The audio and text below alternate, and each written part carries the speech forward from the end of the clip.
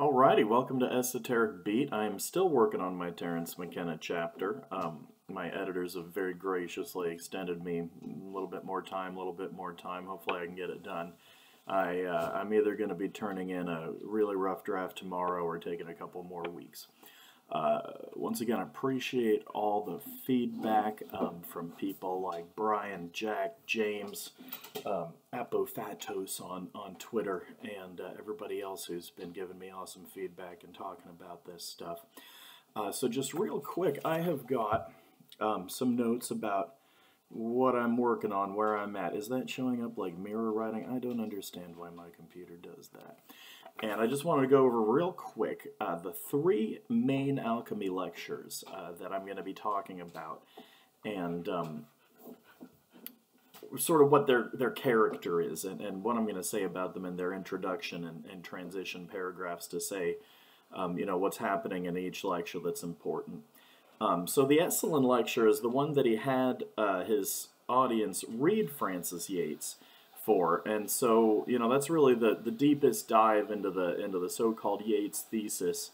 One of the really important things happens early on where he says that a child playing with mercury is operating as an alchemist, and when he was a child playing with mercury, he had not yet imbibed all of the ontological assumptions of modern science. This is the lecture where he's introducing this concept of the Cartesian mechanistic and deterministic worldview being such a problem.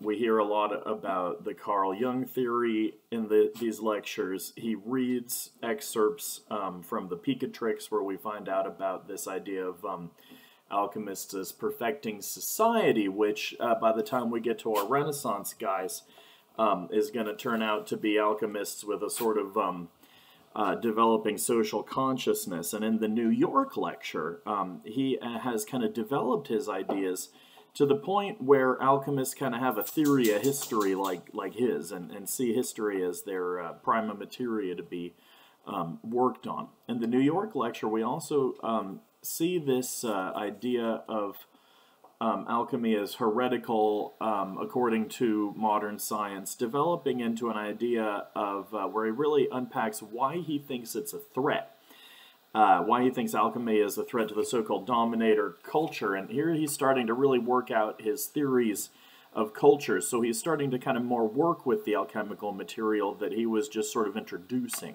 in the Esalen lecture. We also hear more of a developed idea of the connection of alchemy and Gnosticism, where he says that he's so into the Mandaeans, which are the Gnostic baptismal cult out of Iraq. He's so into the Mandaeans, he says we should become like the Mandaeans. He says, I almost think we should become the Mandaeans. They're sort of a religion of biology, and this really emphasizes why he likes Gnosticism and Hermeticism, as they're interested in life.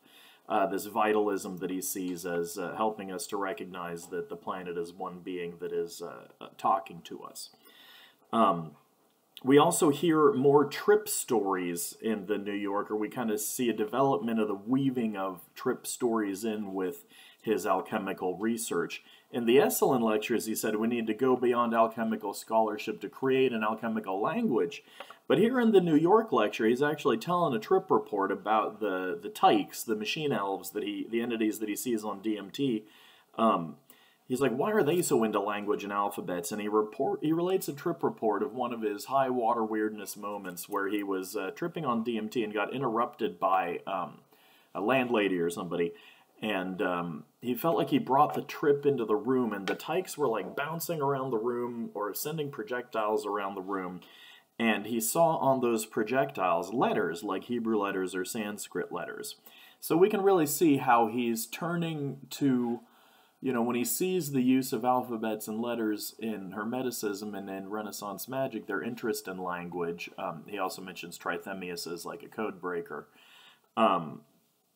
He's like, how does this help me understand my trips? Then finally in the Winter King lecture, which is like 4 or 5 years later, he's on a trip to Europe to make his alchemical film.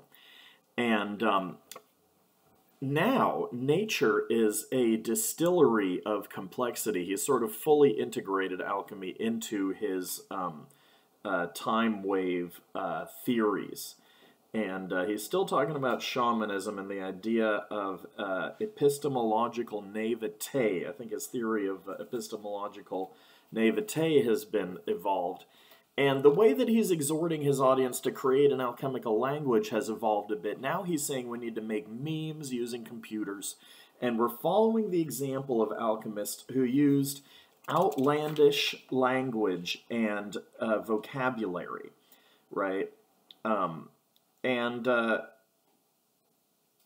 I forget if this is the lecture where he says that the ego is the lumpen material we need to work on. That's a theme throughout, right? But here he's also clear about how there's an alchemical process of a dissolution that's kind of happening.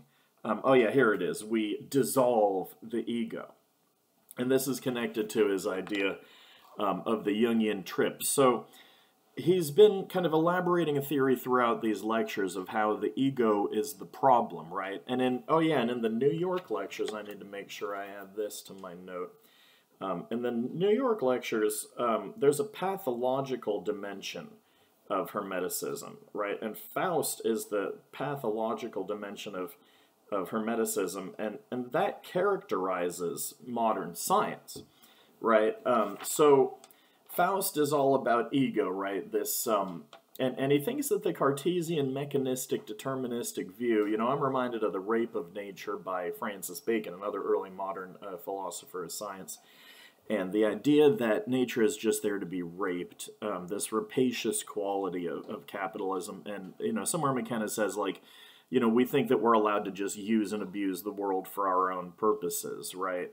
This is an egoistic sort of mentality that is causing capitalism to kind of ravage and destroy the world and be wasteful in this this process, because you feel like if you deserve you know, to just kind of make use of this thing, you might as well waste it, right?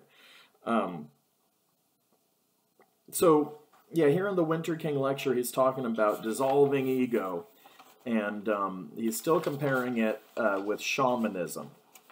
And he says, you know, we need to look at the example of the alchemists who were using these bizarre symbols, but they were trying to build these powerful symbols, right? So what he's doing to Frances Yates by now in the Winter King, 4 or 5 years into his project, we see how it's evolved to the point that he's actually literally saying, I want to make a myth out of the story of Frederick from the Rosicrucian Enlightenment. He wants to make this alchemical early modern conspiracy to take over Central Europe and usher in a kind of progressive world of vitalistic values. He wants to make that a myth. And I might editorialize for a moment and talk about Andalusia. You know, when I was going to school, when I was going to grad school in religious studies in the early 2000s, Andalusia was a big buzzword, right? Because supposedly there was this medieval utopia in Andalusia where all of the three major Abrahamic religions coexisted peacefully. Now, this has been greatly exaggerated, and there's a recent book I could cite that really debunks this myth of Andalusia, right? But how does Andalusia function in the progressive seminary sort of world, right? In grad school for religious studies people. Andalusia functions as a myth for people who want to create a more tolerant world, and we kind of take inspiration from the good aspects of what was happening at Andalusia, I guess. I mean, if we want to historicize it, I don't know if we're going to lose everything. But making a myth is different from historicizing, right? So Terence McKenna is not trying to historicize Frances Yates. You know, he's willing to talk about the controversy surrounding her, but, you know, what I've really come to is that the Brian Vickers article, Frances Yates on the Writing of History, the way that it rejects Frances Yates is an example of the kind of suppression of occultism that Terence McKenna is talking about, and Brian Vickers might be seen as an example of this constipated reason. I've kept this video under 10 minutes. Thank you so much if you watched. Love to hear your feedback. Send it to ted.hand@gmail.com. I am available for esoteric research consulting and tarot readings on the cheap at a sliding scale or for free if you can't afford it. Let me know.